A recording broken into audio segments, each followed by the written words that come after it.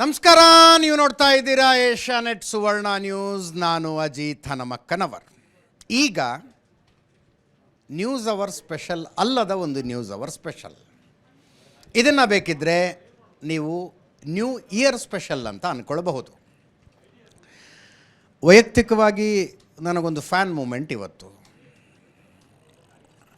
ಕನ್ನಡದಲ್ಲಿ ಒಬ್ಬ ವ್ಯಕ್ತಿ ಇದ್ದಾರೆ. ಅವರು ಮಾತನಾಡುವುದನ್ನು ಕೇಳಿದಾಗಲೆಲ್ಲ ನನಗನ್ಸೋದು, ಇವ್ರು ಹಂಗೆ ಮಾತಾಡೋದಕ್ಕೆ ನಮ್ಗೆ ಯಾಕೆ ಆಗೋದಿಲ್ಲ ಅಂತ.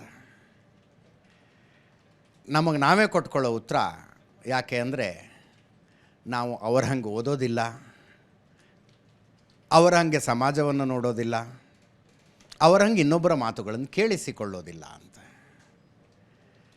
ಅಂಥ ಒಬ್ಬ ವ್ಯಕ್ತಿಯ ಜೊತೆಗೆ ಅನೇಕ ಸಂದರ್ಭಗಳಲ್ಲಿ ನಾನು ಹರಟೆ ಹೊಡೆದಿದ್ದೀನಿ, ಮಾತಾಡಿದ್ದೀನಿ. ಪಂಡಿತ ಪಾಮರರಿಂದ ತುಂಬಿರುವ ಪಾರ್ಟಿಗಳಿಂದ ಹಿಡಿದು ಯಾರದ್ದೋ ಅಂತ್ಯ ಸಂಸ್ಕಾರದಲ್ಲಿ ನಿಂತ್ಕೊಂಡು ಹರಟೆ ಹೊಡೆಯೋ ತನಕ ಅವ್ರ ಹತ್ರ 10 ನಿಮಿಷ ಮಾತಾಡಿದ್ರು ಕೂಡ ಏನೋ ಒಂದು ಹೊಸ ಆಲೋಚನೆಯನ್ನು ತುಂಬಿಕೊಂಡು ಹೋಗಿರ್ತೀವಿ. ಅಂಥ ವ್ಯಕ್ತಿಯೊಂದಿಗೆ ಇವತ್ತು ನಾನು ಮಾತಾಡ್ತೀನಿ. ನೀವು ಕೂಡ ಇದರಿಂದ ತುಂಬ ಏನನ್ನು ಕಲಿಯೋದಿದೆ. ನಮ್ಮ ಜೊತೆಗೆ ಇವತ್ತು ಪ್ರೊಫೆಸರ್ ಕೃಷ್ಣೇಗೌಡರಿದ್ದಾರೆ. ಕಾರ್ಯಕ್ರಮಕ್ಕೆ ಸ್ವಾಗತ ಕೃಷ್ಣೇಗೌಡ್ರೆ. ನಮಸ್ಕಾರ ಅಜಿತ್. ನಮಸ್ಕಾರ. ಮತ್ತು ಈ ಮೂಲಕವಾಗಿ ಎಲ್ಲ ಸುವರ್ಣ ವಾಹಿನಿಯ ಎಲ್ಲ ವೀಕ್ಷಕರಿಗೂ ಒಮ್ಮೆ ಶಿರವಾಗಿ ನಮಸ್ಕರಿಸ್ತೀನಿ. ನಮಸ್ಕಾರ. ನಾನು ಎಳ್ಳ ಕಾಳಷ್ಟು ಎಕ್ಸಾಜರೇಷನ್ ಇಲ್ಲದೆ ಹೇಳ್ತಾ ಇದ್ದೀನಿ ಸರ್. ನನಗೊಂದು ಫ್ಯಾನ್ ಮೂಮೆಂಟ್ ಇದೆ. I am a biggest fan of yours. ಯಾವಾಗಲೂ ನನಗೆ ಬರೋ ಪ್ರಶ್ನೆ, ಕೃಷ್ಣೇಗೌಡ್ರಂಗೆ ಮಾತಾಡೋದಕ್ಕೆ ನಮ್ಗೆ ಯಾಕೆ ಆಗೋದಿಲ್ಲ ಅಂತ. ನನಗೆ ಸಿಕ್ಕಿರೋ ಉತ್ತರ ಕರೆಕ್ಟಾ? ಅಶ್ವಥ್ ಅವ್ರನ್ನ ಯಾರೋ ಕೇಳಿದ್ರಂತೆ, ಹಾಂ ಸರ್ ನಿಮ್ಮಂಗೆ ಹಾಡ್ಬೇಕು ಸರ್, ನಿಮ್ಮಂಗೆ ಹಾಡೋದು ಹೇಳ್ಕೊಡಿ ಸರ್ ಅಂತ. ಅದಕ್ಕೆ ಅಶ್ವಥ್ ತಕ್ಷಣ ಹೇಳಿದ್ದು, ನನ್ನಂಗೆ ಹಾಡೋಕ್ಕೆ ನಾನೇ ಇದ್ದೀನಲ್ಲೋ,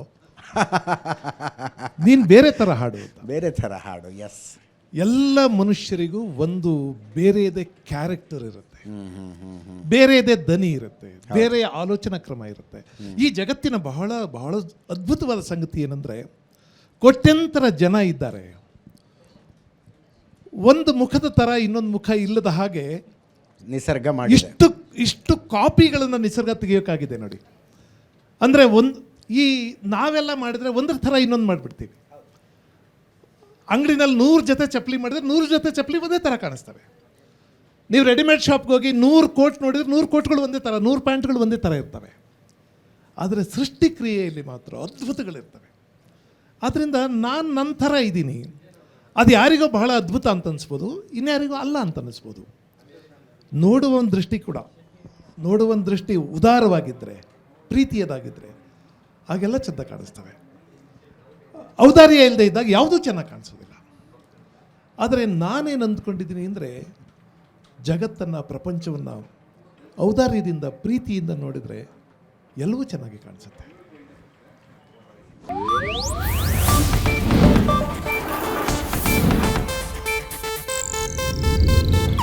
ಇದು ಏಷ್ಯಾನೆಟ್ ನ್ಯೂಸ್ ನೆಟ್ವರ್ಕ್ ಪ್ರಸ್ತುತಿ.